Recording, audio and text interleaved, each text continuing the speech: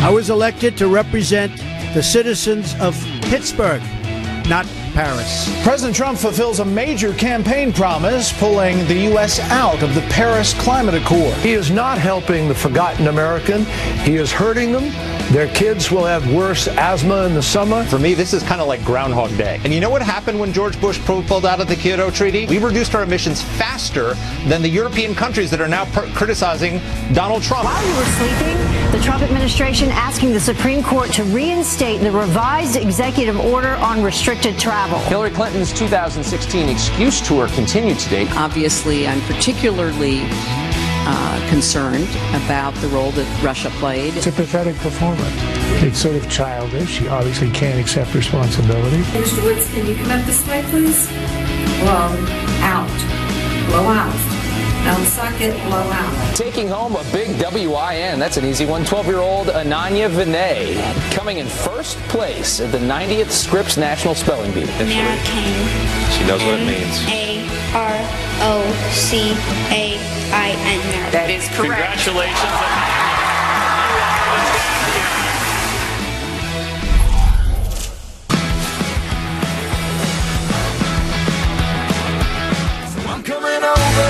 It's alright. Listen for me pulling into your drive. Look out your window and see my lights, baby. This might be one of the biggest shows we've ever had on Fox and Friends. Right. There is nothing that we're not doing this morning. Yeah, don't let the empty stage fool you. We're not started. It hasn't really started yet. This is the summer concert series, and we're thrilled to have it. But Scotty McCreery's not even up yet. I called him twice. He will be up, though. He didn't answer your call, Brian. I don't blame him, though. You know what? And I told him there's free food. But the ribs are ready. So if you're in Manhattan or near, come out to 48th and 6th for the summer concert series right here at Fox News Channel. We're going to have a lot of fun this morning. And I'm in for Ainsley today because, as we said, it's a huge show. She is down in D.C. for a huge interview with the Vice President. Hey, Ainsley. Hey, Abby. Hey, Pete. Hey, Abby. Hey, Brian. Good morning to you. I want to be in two places at one time. I mean, how cool is this to wake up at the White House? But I also want to be there for the concert series and meet all of our awesome viewers that come to New York. But we do have this big interview because the president's just coming home from his foreign trip. He's in the White House. We saw him yesterday in the Rose Garden. He was there with the Vice President, Mike Pence. We're going to be sitting down with the Vice President to talk about that trip, to talk about pulling out of the Paris Agreement and all kinds of things. We're also going to ask him some of your questions. So we want you to send in your questions to friends@foxnews.com, and we'll spend a few minutes with him, just chatting with him, whatever you want us to ask. So send those questions in. We'll go through them, and we're going to sit down with Vice President. How cool is that? That's going to come up at 8 o'clock, but I'll be talking with you all morning. Yeah, I mean, the whole world reacted to what the president did yesterday. We're going to go over that, Ainsley. So the vice president spoke out, and he's going to be speaking out with you again today. So the president is anything but every single day is impactful, especially yesterday. Ainsley, I'll be emailing my question to friends@foxnews.com for you.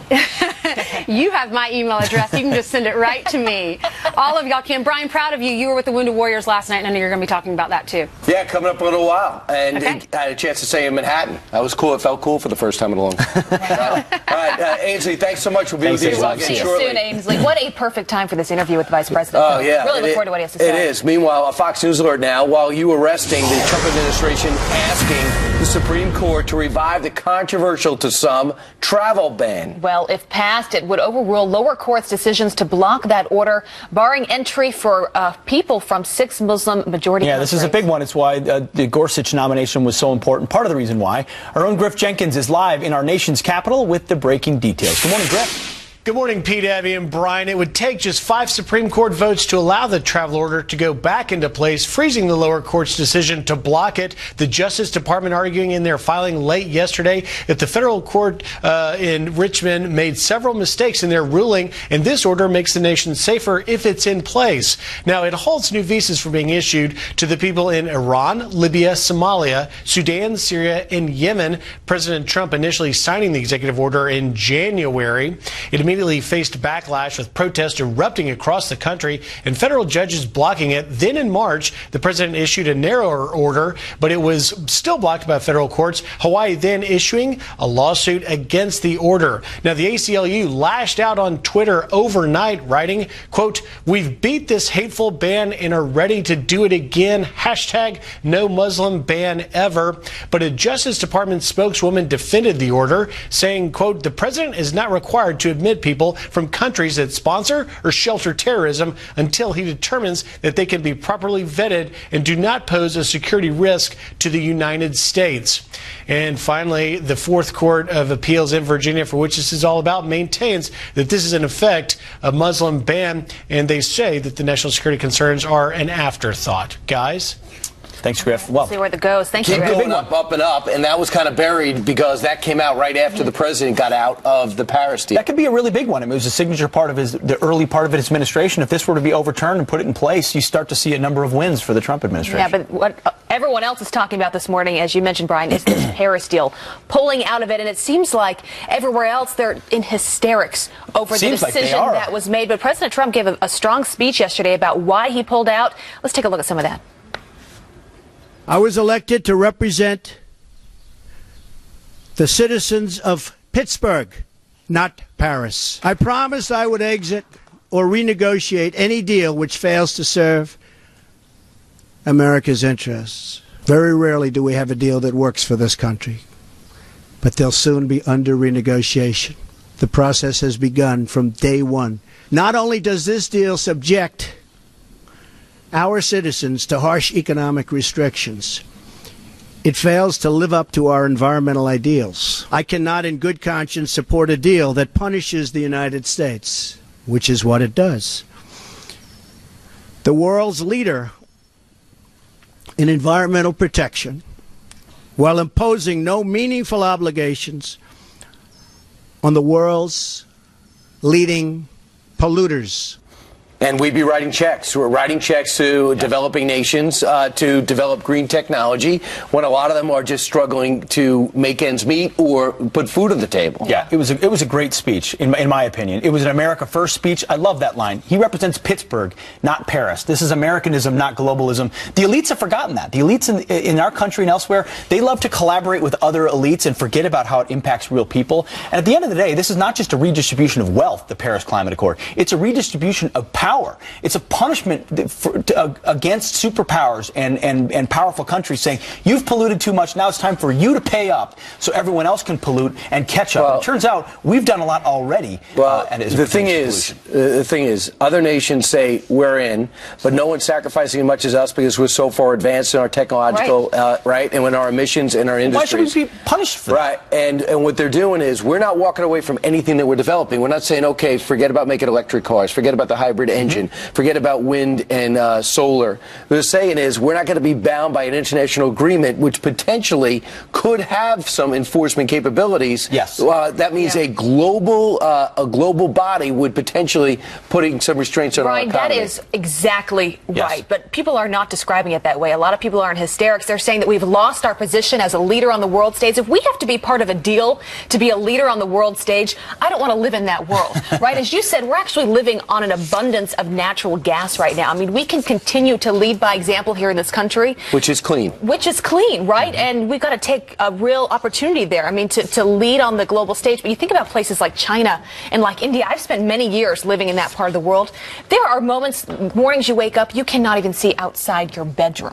They are moving backwards in many cases when it comes to energy. Yeah, and we're moving forward. Anything right now. They have to do almost nothing right now. And have us pay for it. Yeah, but people say, well, China's closing down power plants. Well, that's because a lot of their population is getting older and their industry is changing.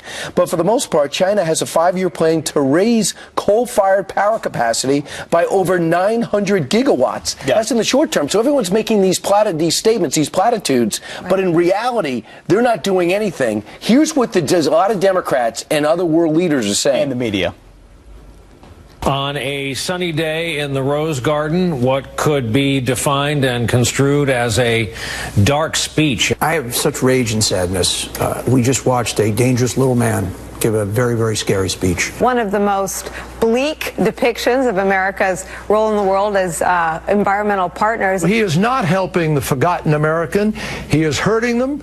Their kids will have worse asthma in the summer. And the president who talked about putting America first has now put America last. This was full nationalist, America first, damn the rest of the world, President Trump. It was almost like Mad Libs for conservatives, this speech. It was profoundly sad.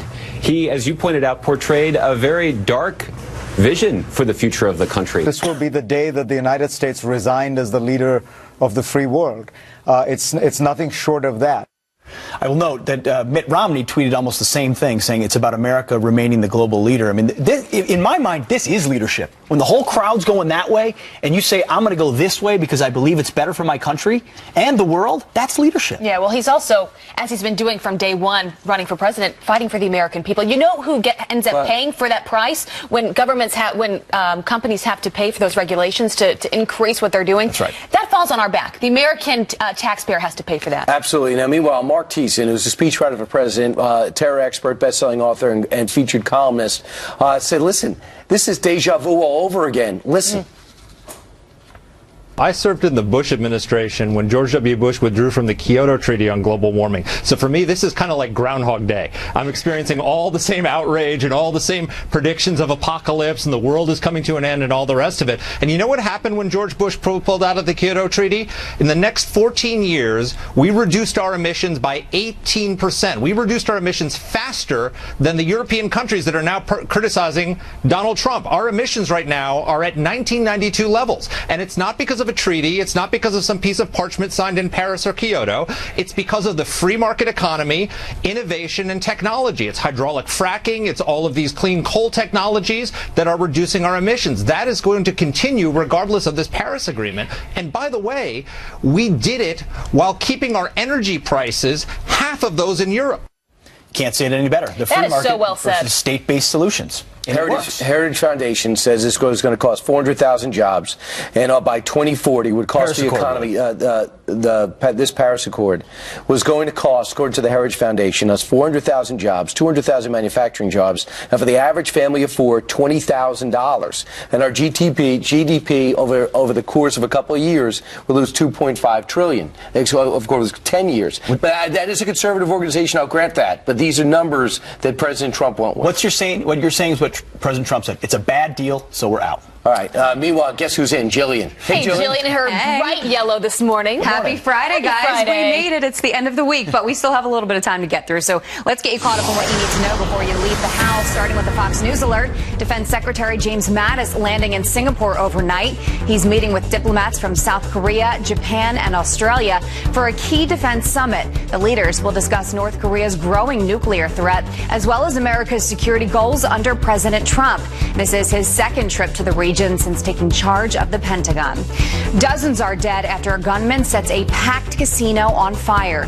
An English-speaking man storming the luxury resort in the Philippines, firing shots and torching gambling tables.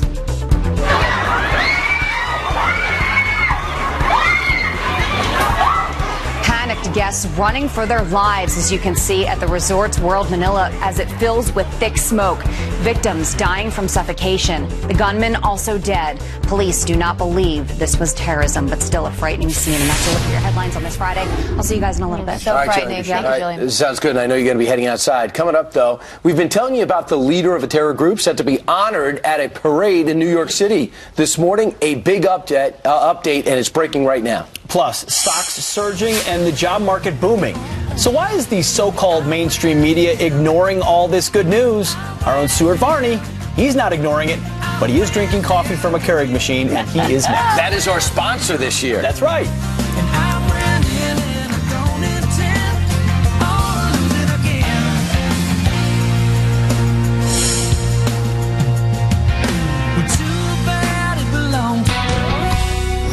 All eyes are on Wall Street this morning as the market gets ready to open after another major milestone. The Dow hit an all-time record on Thursday, closing at 21,144. All right, this, as a new report from the ADP, shows the U.S. added 250,000 private sector jobs in May, far surpassing the numbers estimated by economists. So where is this surge coming from? Well, we're going to ask the host of we'll see. The host of Varney and Company, Stuart Varney, on the Fox Business Network. Good morning, Stuart. Okay, which question do you want me to answer? Where's the surge coming from? The jobs? From jobs? Yeah. Yes, absolutely it is. This is the story about jobs, jobs, jobs. You just pointed out 250,000 new private sector jobs last month. The Independent Business Association reports the greatest hiring surge in about 40 years, and we've had 1 million new jobs created since the Trump presidency began. Stuart, now, that's a pretty good record. I haven't read those headlines anywhere, really. Well, no surprise there. But that's a huge news, Stuart. This is a success story for President Trump. If it's a success for President Trump, it will not receive wide coverage in the media, period. Is this still based on expectations of and optimism, or are some of the executive orders and things he's done, have they already unleashed something? It's based on the reality now. We are creating jobs. Wages are going up. The economy is expanding.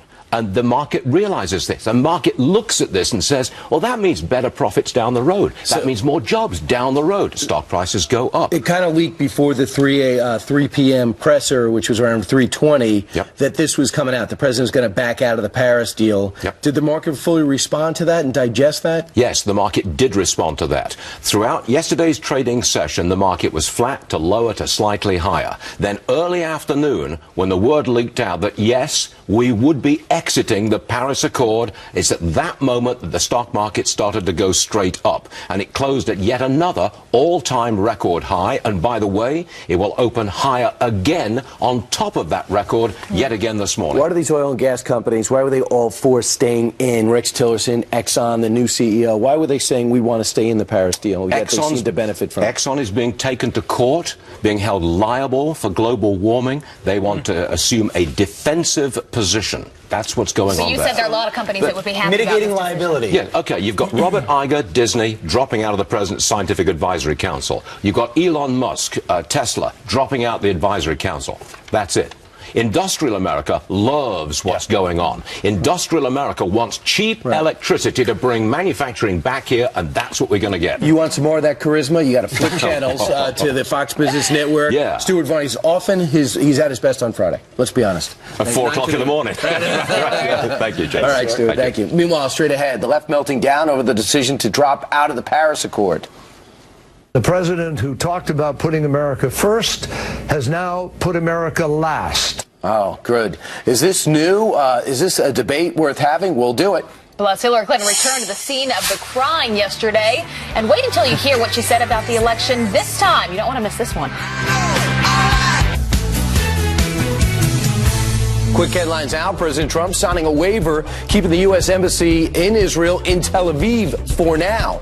It delays a controversial move to some to move to Jerusalem in hopes of helping with peace talks between Israel and the Palestinians. Israeli Prime Minister Benjamin Netanyahu says he's disappointed, but he still appreciates the president's friendship. And former FBI Director James Comey will testify on Capitol Hill on Thursday. He'll speak to the Senate Intelligence Committee that's investigating Russia's alleged election meddling. This will be Comey's first public appearance since he was fired by President Trump last month. Pete. Obligation is to the American people.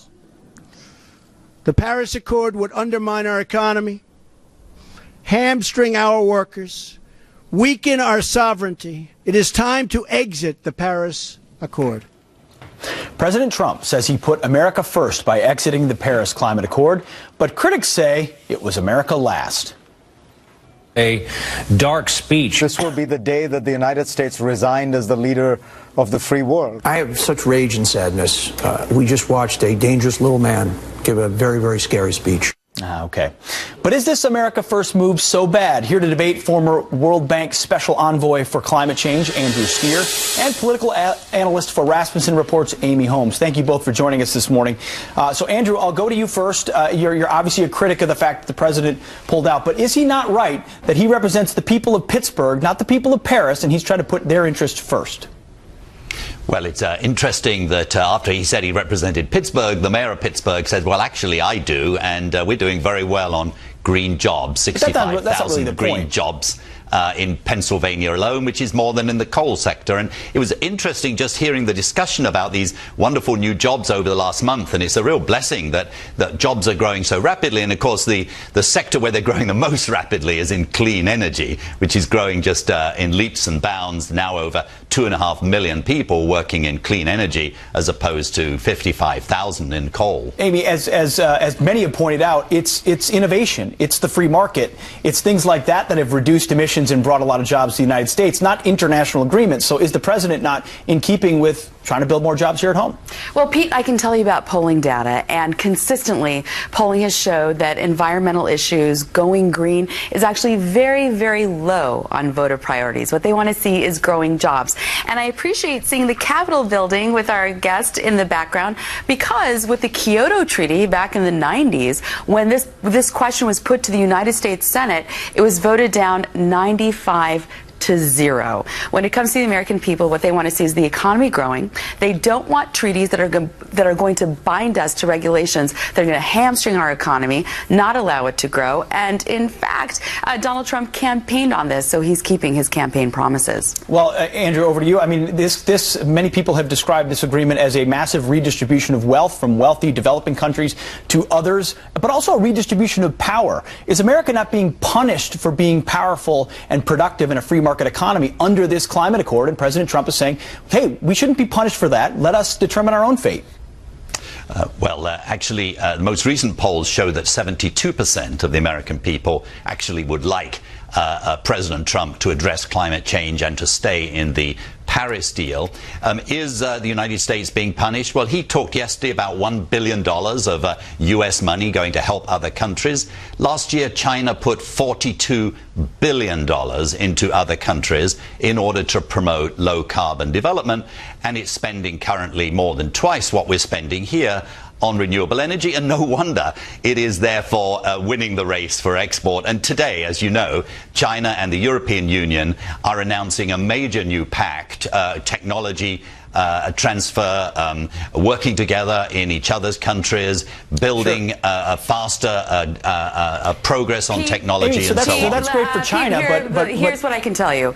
Gallup had a poll in May, just last month, that found only 2% of American voters ranked the environment as one of their most important priorities. When it comes to the Paris Accord, what we know is that in order for us to sign up, we would have to give billions to developing countries to tell them, like, okay, you can try to catch up with us, but you have to go green, and we're going to pay you to do that. What Donald Trump said yesterday was, you know what, we're not going to be involved with this, bait and switch. We're going to be involved in making America great again, using his own terminology. Well, and using the free market and innovation, things like horizontal drilling and fracking that have reduced emissions because the market actually don't works. Use that word. So Andrew Steer and Amy Holmes. Let's stick to the facts. The Paris deal doesn't require the United States to put money in whatsoever. Which is why it was really a teethless deal to begin with anyway. So Andrew Steer and Amy Holmes, thank you both for joining us this morning. We appreciate it. Thank you, Pete. All right, coming up, Hillary Clinton returned to the scene of the crying yesterday. And wait until you hear what she said about the election this time. And our own Ainsley Earhart is getting ready for her big interview with Vice President Pence. Ainsley, good morning. Good morning to you, Pete. That's right. That interview's coming up in an hour and a half at 8 o'clock. So you have an hour and a half to get your questions into us. Send us an email at friends@foxnews.com. Send us those questions over. We're going to go through them and decide which ones we want to ask the vice president. I also have a list of my own questions here in front of me. We'll go through those right after the break. Stay with us. The kids to school, sees them off with a smoke kiss. She's the one they're going to listen to.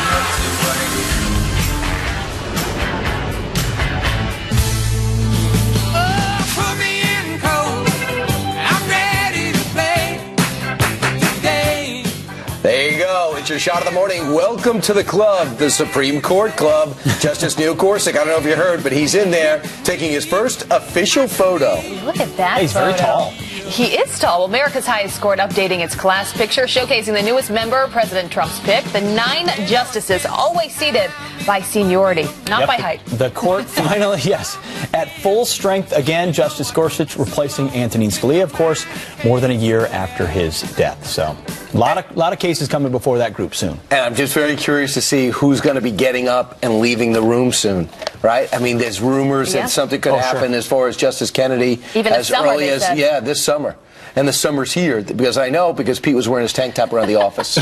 Right? It's summer. Right. Okay, I was that's trying fine. to stay cool. Well, let's go to Ainsley, who is live at the White House, and it's a beautiful shot where you are, Ainsley. Beautiful Isn't morning. that amazing? Yeah. You know what? All of us, everyone behind the camera, we took a picture when we were walking in. We were like, you know what? We were talking to the staff who works here all the time, all these guys behind the camera. They're here every day. We said, does this ever get old? I mean, this is incredible. What a great job we have to be able to stand here on the lawn of the White House. And it's just, you pinch yourself when you do walk up and you see this grand house behind you and know that the president's there, and we're going to be sitting down with the vice president in an hour and a half. But y'all were showing that picture of the Supreme Court. You know, the president last night, the administration asked the Supreme Court to revive that 6-country travel ban. We're going to be talking to the vice president about that because the Fourth Circuit Court of Appeal has upheld that decision. And so you've got 5 conservatives, you've got 4 liberals on the court. It's going to be interesting to see what they do with that travel ban. The president is basically saying, I'm going above the heads of the Fourth Circuit Court, and I'm going to be talking to the Supreme Court, and I want them to make the decision. And here's what's crazy about this, and I'm not a legal scholar, although, you know, I do know the judge. You play one on TV. Right, I do know Judge Napolitano. He does talk to me in the hall. I will say this is one of the first times ever somebody's rhetoric on the campaign trail is figuring into their decision instead of looking at what the application is about.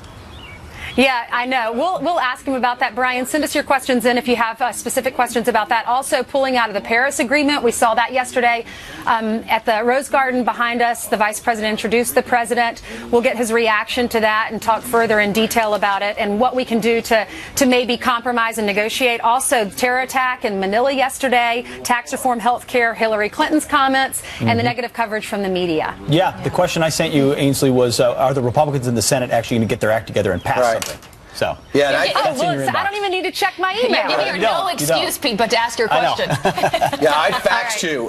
So check your fax, Ainsley. I don't use email. I left you a phone message, Ainsley. Right.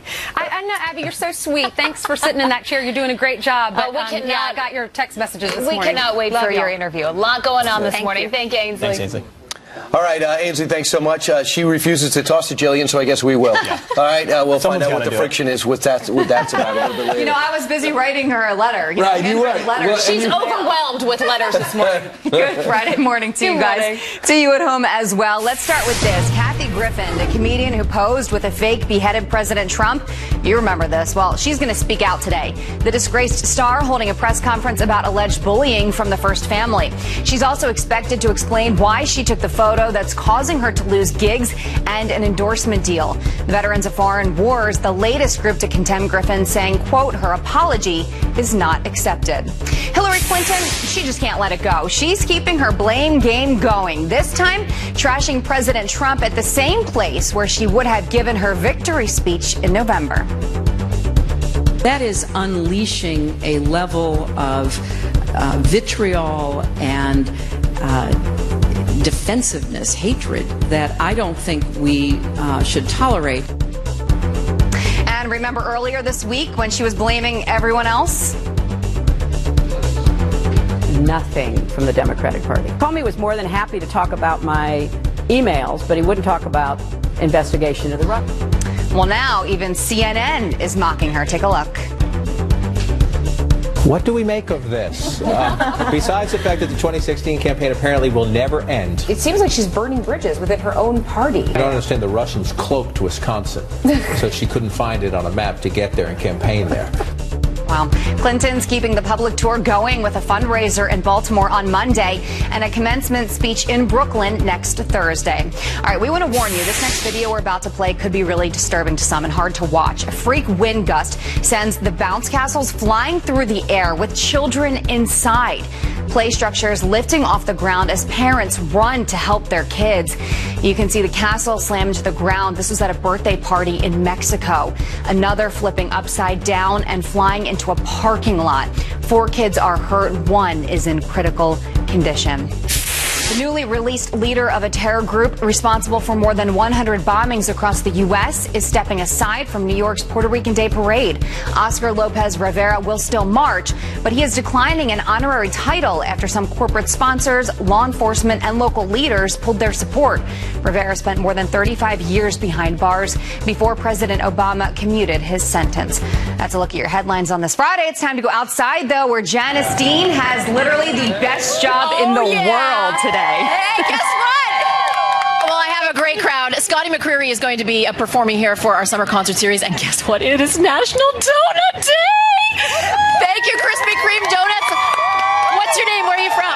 Tracy, and I'm from Louisiana. And listen, I heard you were more excited about the Krispy Kreme Donuts than you were to meet Scotty McCreery. Absolutely. What about you? Where are you from? Renova, Pennsylvania. And did you bring a crew with you? Right here. Okay, do you guys like donuts? Yep. Okay, take one and pass it around, my friends. National Donut Day, all day long. Wave to everybody home. Back inside. I'll bring you some donuts. How are we the only ones without donuts this Where's morning? the box? I mean, really. I feel so lonely. This is wrong. I love a Krispy Kreme, though. It's my favorite donut of all time. I'm still hungry. Bring us in a box. All right. Well, we have still got a huge show ahead. Kellyanne Conway will be here live on our couch. She will take us inside the president's Paris decision. And what was Brian doing all dressed? I didn't even know he knew how to tie a bow tie, or was it a clip-on? I don't know. Can we even see it? We will find out. It was all for an incredible cause, helping our heroes. And he will explain that with two very special guests next.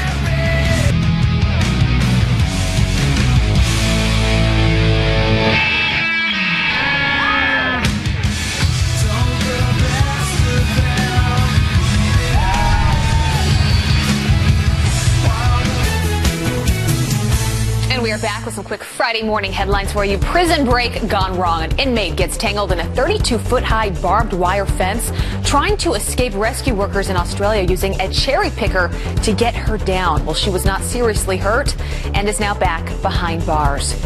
And religious expression or just ridiculous. A man in Arizona getting approval to wear a pasta strainer on his head for his driver's license photo. He is a pastafarian, apparently that's what it's called, and a follower of the Church of the Flying Spaghetti Monster. Well, the state allows religious headwear. This is the first I'm hearing about this religion. Over to Brian and some very special guests this morning. Absolutely. And last night I had the chance to host the Wounded Warrior Project's Courage Awards. I think it was my 5th time, recognizing the supporting those who support those heroes who fight for us and all the things they need in everyday life. The Wounded Warrior Project was there for me the minute that I was in the hospital, the minute that I came out of the coma. There was an employee there to hand me a backpack and tell me that they got me. I was kind of like in a shell. I had PTSD. I didn't want to be around people. I didn't want to talk to anybody. And Wounded Warrior put me in an atmosphere where I was with other warriors, like-minded people. They got me off the couch, instead of feeling sorry for myself inside my barracks room when I was in the hospital. They got me off that couch and back into society and let me do something bigger than myself. And continue to help out the country now in civilian life. Joining us right now is the Chief Executive Officer of the Wounded Warrior Project. Retired Army Lieutenant General Michael Lennington is here, and Wounded Warrior himself, who's helping out with the project, Bill Geiger. Welcome, guys. Great to see you. And it was a quick turnaround, General, right? We just ended a few blocks away. You're a machine. I don't know how you do it. You're up at 11 with our Warriors, and here you are in the morning. God bless you. Thanks for doing it, by the way. It was just such an honor to host and see some of the men and women. It was a mix of corporate America coming together to help out those who serve, who are trying to get back into the community. For you, General, this was a titanic task. Rebuild the trust in the Wounded Warrior Project. I think you've done that. What was your approach? Really, Brian, get back to basics, which is focus on warriors. I mean, if we focus on our mission, we get warriors together in groups. We provide them services that augment what the government does. They do amazing things. They're resilient. They're impressive.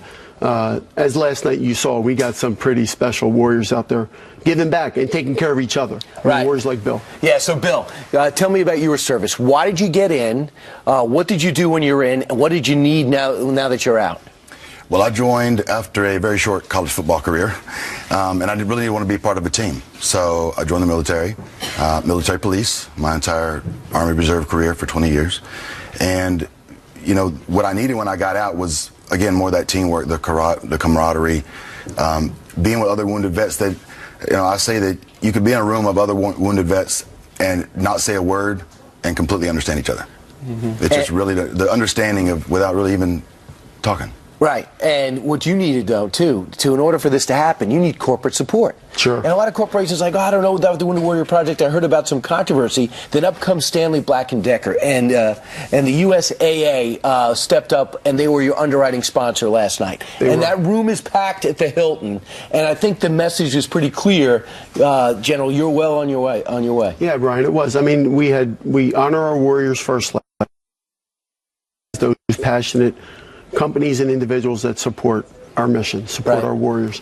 So USAA is a presenting sponsor, Stanley Black & Decker, and Harley Davidson. The Harley Davidson video and what they've done with our rides across the country to raise awareness for visible and invisible wounds of war is really something special. And Tony Snow, Tony Snow Award, one of our big stars here, who sadly passed away to cancer. There's a Tony Snow Award. The first soldier ride was launched right on our veranda. And who can forget Sal Gonzalez? We have some video of Sal. This guy sounds like Chris Stapleton. He hit 7 times in Iraq. The last time he lost his leg. So he says, I'm going to segue into country music. What a song last night. He's amazing. He wrote the song, produced the song. He's been on America's Got Talent. He's inspiring. Right, and he wrote the song about heroes. And he'd tell me if this resonates with you, Bill. He says, I don't like being called a hero because I survived. All those people who lose their lives, those are the ones you guys want to salute. No doubt. There's no question. Those of us that came home with visible or invisible wounds, it's the guys that didn't make it home and their families back here are by far the heroes. Right, and I thought that message was sent pretty effectively last night. 52,000 plus wounded in Iraq and Afghanistan. Over 4,000 killed in Iraq. Over 2,000 in Afghanistan. How do you continue to serve this community? Brian, we do our best, and I will tell you, as we spoke about last night, the uncertainty and unpredictability of what the future holds for our military, I think, and for our country, requires young men in uniform on point for our nation around the world. And that's why we and others like us have to do what we can to augment what the government does once those veterans transition into civilian life. So we're proud to do what we do. We're honored to do it. We do it every day. We do it one warrior at a time with their families and their caregivers, and that's why our mission is so important. Right. The one thing I think that really gets underlined, the families. The families left behind when you serve, and then when you come back, oftentimes you're different. And you had PTSD, which you're still dealing with today. Right. Yeah, I think the families, the Wounded Warrior Project also provides support for the families, which is huge, because they're the ones that have to live with the warriors on a daily basis and they kind of put up with them, right, for lack of a better term. So, I mean, they help all facets of the warrior. Al Giordano, Stephen Ortiz did a good job. You've picked it up, and I think the program's really ready to blast for success. Thanks so much for what you do, guys. Thanks, It's great to see you. And if you want a great project, the Wounded Warrior Project, woundedwarriorproject.org. All right, good job. We're looking forward to number 6 next year, Brian. Let's start negotiations right away. Okay, my friend. Right, thank you. Thanks, Phil. No, thank you. All right, coming up straight ahead on our rundown, explosive danger. Yep, when you travel, another flight forced to land after a laptop catches fire. So how do you keep your tech safe in flight? Kurt the Cyber Guy here.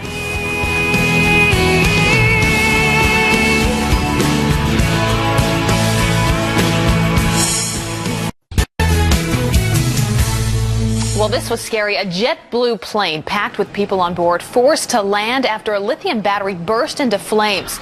Luckily, no one on that flight was hurt, but the scare comes just months after airlines banned the Samsung Galaxy Note 7 as a fire hazard. And this horrifying video shows the dangers of lithium-ion batteries on planes. So how can you know your technology is safe to fly with? Kurt the Cyber Guy is here to help us all better understand. There's nothing worse, as we've been talking about, than a fire on an airplane. That is the worst case scenario for anybody aboard an aircraft, whether you're on the flight deck or whether you're a flight attendant in back or a passenger.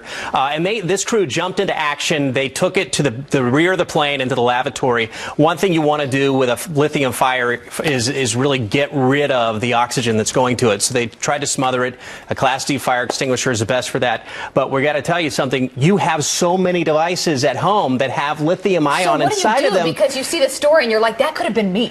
It could be you. And then so number one cause of this is a defective battery. So that comes from a variety of things. It comes from buying cheap knockoffs, and it also comes from unproven or brand names that we're not familiar with that tend to make less quality items. So what can you do, Kurt? What you can do right now is just take some preventative things. So don't leave something plugged in while it's charging or while you're storing it. Also, don't ever, if you see a swollen battery or you've dropped it and you know that the battery's damaged, throw it out. Just stop using it and dispose of it. And then never, ever, when you leave it in a hot car, that causes a battery to do bad things, and it could damage it so that it later creates a problem. And you said don't pack things so tight into your carry-on bag or your backpack, because that could also cause a problem. And that's a big concern right now as we consider how to handle this new threat with laptops on board aircraft. They say, oh, well, the alternative is stored in the belly of the aircraft. Well, that is certainly not a good thing either, because in the cargo area, the only thing a pilot can do at that point is use a fire suppression system to try to remove the oxygen from that area and get that plane to the ground as soon as possible. All right, so cheap knockoffs. That seems to be the highlight of this conversation. Cheap knockoffs. And also, right now what you can do is look at all of your technology at home, because it's tablets, it's computers, it's virtually anything that turns on that's not plugged in. And what you'll do is look and put in the name of that as well as the word recall and see if you've ever been part of a recall, and you might just be getting a battery replacement. All right, some really helpful tips. Scary stuff. Kurt, good to have you here this morning. I appreciate that. All right, coming up, we still have a huge show ahead. Counselor to the president, Kellyanne Conway, is here on our couch, and the vice president, Mike Pence, is live with our own Ainsley Earhardt in D.C. Cannot wait for that. Plus, he is one of country music's biggest stars. Scotty McCreery is getting ready to rock on our plaza this morning for the All-American Summer Concert Series. Stay with us.